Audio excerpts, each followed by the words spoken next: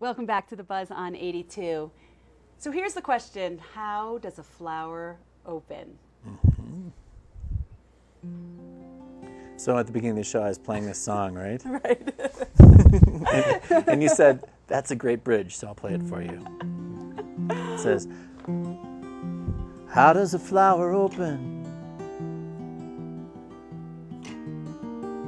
and give itself to the world?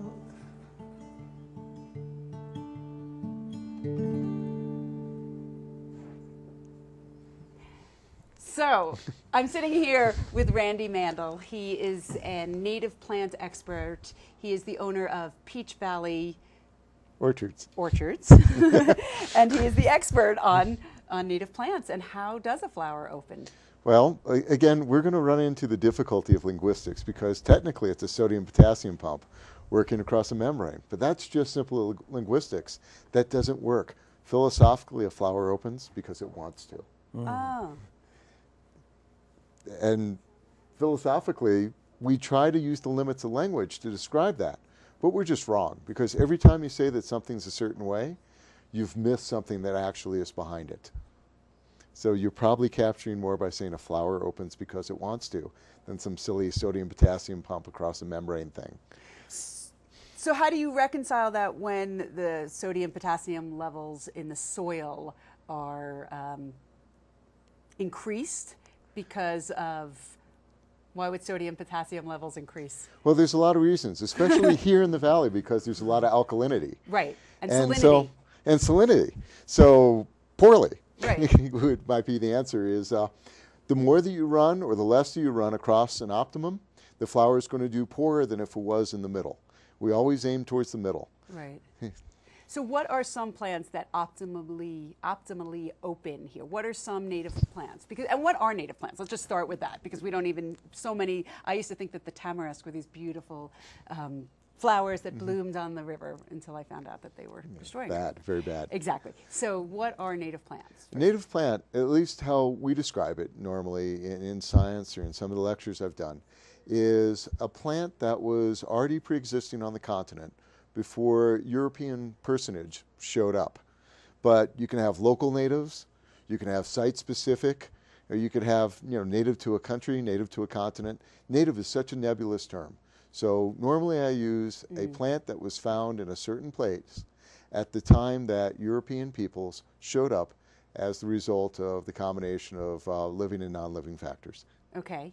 So here in the Rocky Mountains, do you deal with native as in native, like as in on the continent here, or do you deal specifically with Rocky Mountain native plants? That's a brilliant question. And thank you. You're welcome. It's so true.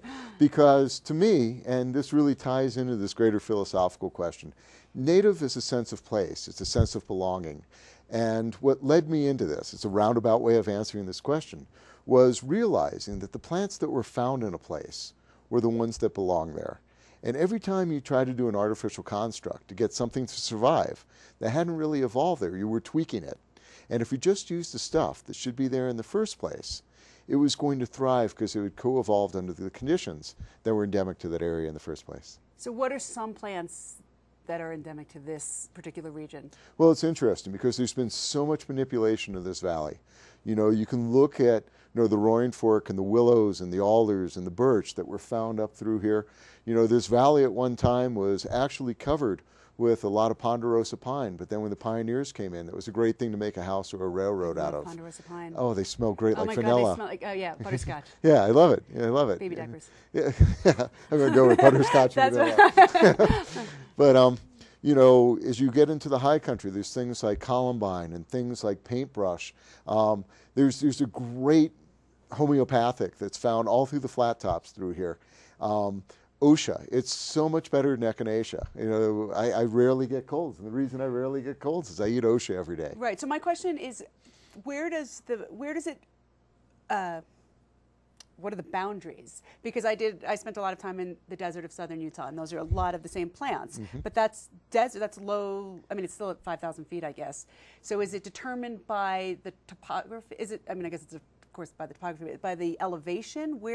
How do you determine, and where's the boundary of land? Again, that's a great question. What you do is you look at all the different factors. You look at the elevation, you look at the water, you look at the slope. A lot of times the difference between a northern and a southern facing slope is more important than even looking at whether or not a certain elevation is a factor.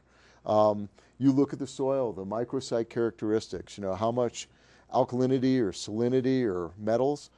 Here in the valley there's been so much historic mining that one of the reasons that led us to native plants was that you look at things that are already tolerating some of the incredible conditions that are all around, and you pull from those rather than throw in something else.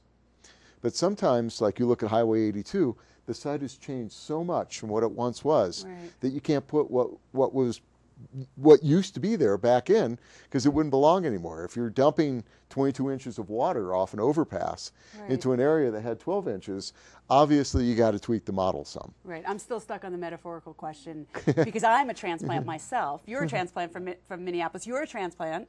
Well, from Denver. Oh, you are? Yeah. No, everybody thinks I'm from Jersey. I did. I always thought you were from Jersey. We met 11 years ago on an airplane. Yeah, it was so funny. Flying home, but that's a whole other story. We only have 3 minutes left. So I was just trying to think metaphorically, do I change the landscape? How do I fit in? How does it work? To go back to that original question, how does a flower open? And can a flower such as myself or you, or can we blossom metaphorically in a new land?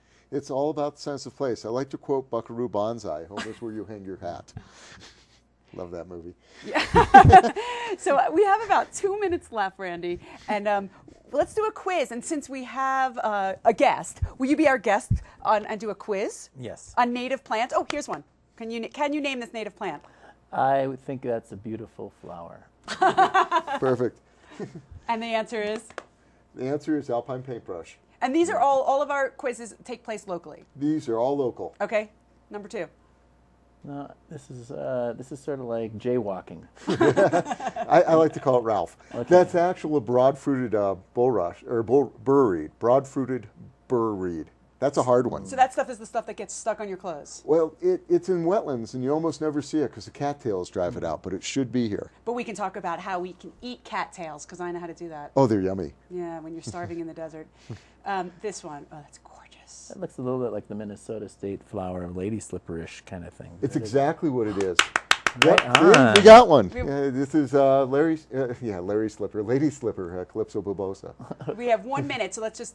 I know this one. Columbine. Right our on. state flower, and I think we have time for one more.